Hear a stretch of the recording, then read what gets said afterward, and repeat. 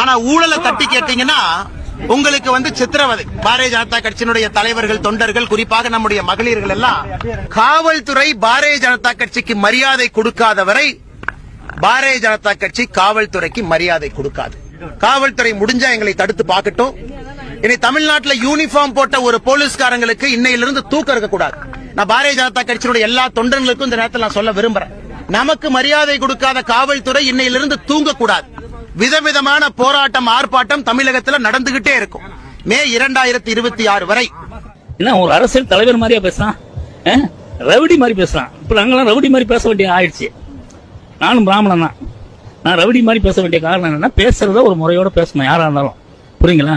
ஒரு அரசியல் தலைவர் இப்படி இல்லாம பேசுறது. எதுக்கு எடுத்தாலும் திமுக, எதுக்கு எடுத்தாலும் திமுக, எதுக்கு எடுத்தாலும் திமுக செய்யாத நீ என்னத்த கிழிச்சிட போற? எவனும் கழிக்க முடியாது. திமுக செஞ்சதுதான். எவனும் ஒண்ணு புதுசா கிழிச்சிட போறதில்ல. யார் விஜய் வந்தாலும் கிழிக்க போறதில்ல, எவன் வந்தாலும் கிழிக்கல. அவங்க செஞ்சதுதான் நீங்க எல்லாம் செய்யறீங்க. அவங்க கிட்ட கத்துக்கிட்ட பாடம் தான். புரியுங்களா? எவனும் எதுவுமே செய்ய போறது கிடையாது. சும்மா நான் செஞ்சேன் தான். எவனும் ஒண்ணும் செய்ய போறது கிடையாது. அவங்களாவது கொஞ்சம் ஜனங்களுக்கு பயந்துகிட்டு அதை செய்வாங்க. ஒரு அரசியல் தலைவரா இருக்கிறவன், ஒரு முக்கியமான சென்ட்ரல் அரசியல் தலைவர் இப்படி பேசணுமோ அப்படி பேசணும். அதை விட்டுட்டு அவன் இஷ்டத்துக்கு பேசுறதுன்னா, எதை எடுத்தாலும் ஊழல், எதை எடுத்தாலும் இவன் ஓகேனா கேக்குறேன். ஓகேன்னு சொல்லிட்டு சத்தியம் பண்ண சொல்லுங்க. அதனால அண்ணாமலை பேசுறதெல்லாம் எடுபடாது. மக்கள் ஓட வரட்ட போறாங்க. ஒரு காலத்துல பாருங்க, ஓடதான் போறான். அவன் ரொம்ப பெரிய மேதாவி மாதிரி பேசிட்டு இருக்கான். என்ன மேதாவி அவன்? என்ன படிச்சிருக்கான்னு எனக்கு ஒண்ணுமே புரியல.